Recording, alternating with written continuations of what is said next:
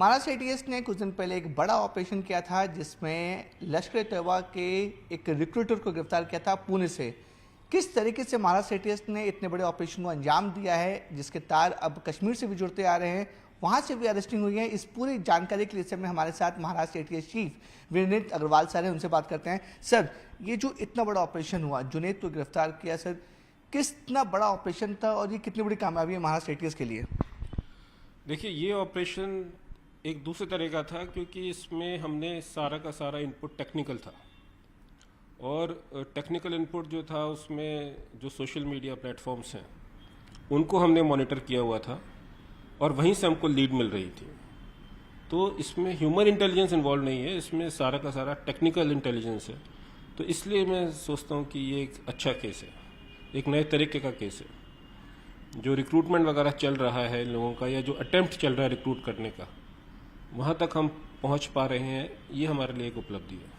Sir, ये जो जुनैद गिरफ्तार हुआ है, सर उसके बारे में डिटेल जानना चाहेंगे। कहाँ रहता था, क्या काम करता था, कितने लोग का रिक्रूटमेंट कर चुका है, क्या प्रोसेस था इसका रिक्रूटमेंट का, कहाँ कहाँ से रिक्रूटमेंट हो ये कोशिश कर रहा था दूसरे स्टेट से? रिक्रूटमेंट का ऐसा है कि सोशल मीडिया में जो सबसे बड़ा प्लेटफॉर्म है वो फेसबुक है।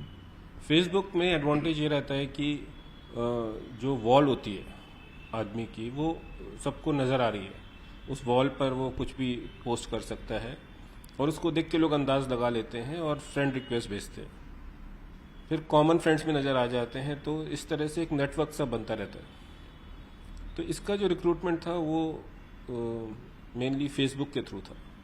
ये आइडेंटिफाई करता था, फ्रेंड्स बनाता था, फिर फेसबुक मैसेंजर पे जाके प्राइवेट चैट करता था, फिर नंबर लेता था और फिर व्हाट्सएप पे भी काम करता था। ओके सर, इसके तार कहाँ कहाँ तक जुड़े हैं? बड़ी आतंकी जो संगठन है लश्कर तैयबा, उससे भी जुड़े, उसके साथ क्या कनेक्टिविटी है?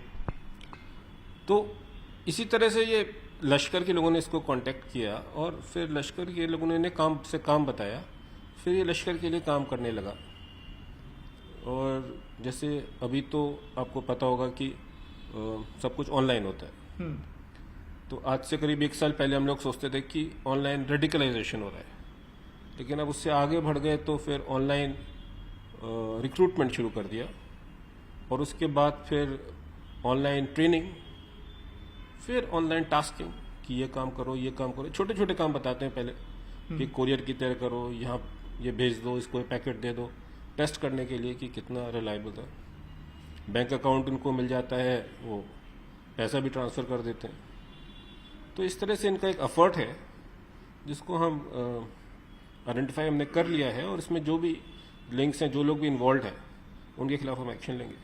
सर, अब तक की जांच में क्या पता, क्या जुनैद ने सिर्फ महाराष्ट्र के लोगों को रिकमेंड करने की कोशिश की या महाराष्ट्र के बाहर के लोग भी इसके टारगेट पे, रडार पे थे? नहीं, देखिए, इसमें यह रहता है कि उसको कुछ पता नहीं रहता फेसबुक पे कि आदमी कहाँ का है। वो तो आइडेंटिफाई करता था, वो फेसबुक के थ्रू करता था। अब वो अकाउंट किसी का भी हो सकता है। So he was in touch with people from West Bengal, Karnataka, Telangana, Kerala, Jammu Kashmir, UP. तो ऐसे जहाँ का भी है आदमी, वो तो पता नहीं चलता फेसबुक अकाउंट में कि आदमी कहाँ का है। एक बार जब उससे बातचीत हो गई मैसेंजर पे और जब उनके एक दूसरे से यकीन आ गया एक दूसरे पर, तब वो अपनी आइडेंटिटी डिस्क्लोज करते हैं, तब वो अपना लोकेशन या नंबर शेयर करते हैं। सर, इस पूरे मामले में महाराष्ट्र एटीएस की एक बड़ी टीम जम्मू कश्मीर भी गई थी। कश्मीर ने भी आपने कुछ लोगों को एक्यूज को अरेस्ट किया है। सो उस एक्यूज की डिटेल क्या और रोल क्या था सर? जुनैद और ये जो एक्यूज कश्मीर में अरेस्ट हुआ, क्या इंटरलिंक और कनेक्टेड कैसे थे ये लोग? तो इसका नाम अल्ताफ शाह है। इसको हमने किश्तवाड़ से अरेस्ट किया।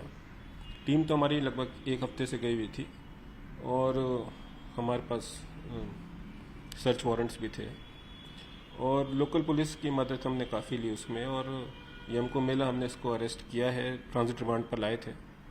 इसको हमने अभी प्रोड्यूस करेंगे पूना कोर्ट में और फिर पता लगाएंगे कि इसका कितना रोल है। लेकिन ये डायरेक्टली टच में था पाकिस्तान में जो एलईटी की लीडरशिप है उसके साथ। सर, आपके केस में मतलब कुछ और वांटेड एक्यूज हैं, उनके बारे में कोई जानकारी कहाँ है, किस रात में क्या टीम और भी कहीं भी जा रही है इंडिया में? नहीं, जो भी हमें जहाँ टीम जाएगी मैं अभी बता नहीं सकता, लेकिन अगर हम कोई और गिरफ्तारी करेंगे तो आपको जरूर बताएंगे। ओके।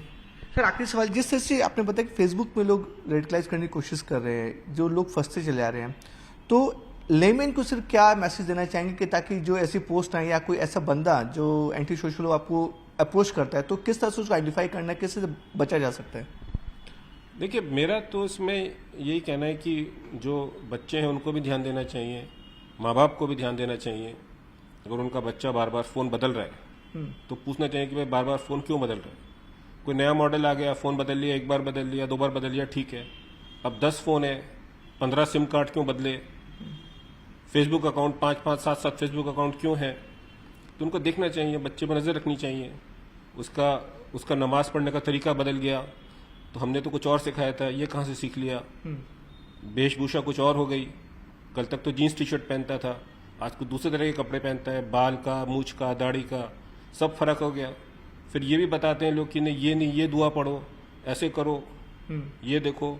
तो मतलब एक बहुत पूरी तरीके से उसको ब्रेन वॉश करने का काम करते हैं।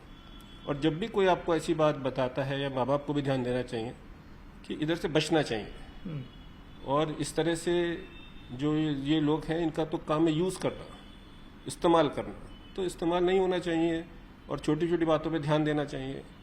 और अगर कोई इस तरह से कोई पैसे भेजता है, कोई लालच देता है, तो दूर रहना चाहिए। Thank you so much sir. Thank you. तो ये थे हमारे साथ महाराष्ट्र एटीएस चीफ विनीत अग्रवाल जी, जो बताए थे कि बड़ा ऑपरेशन है महाराष्ट्र एटीएस का।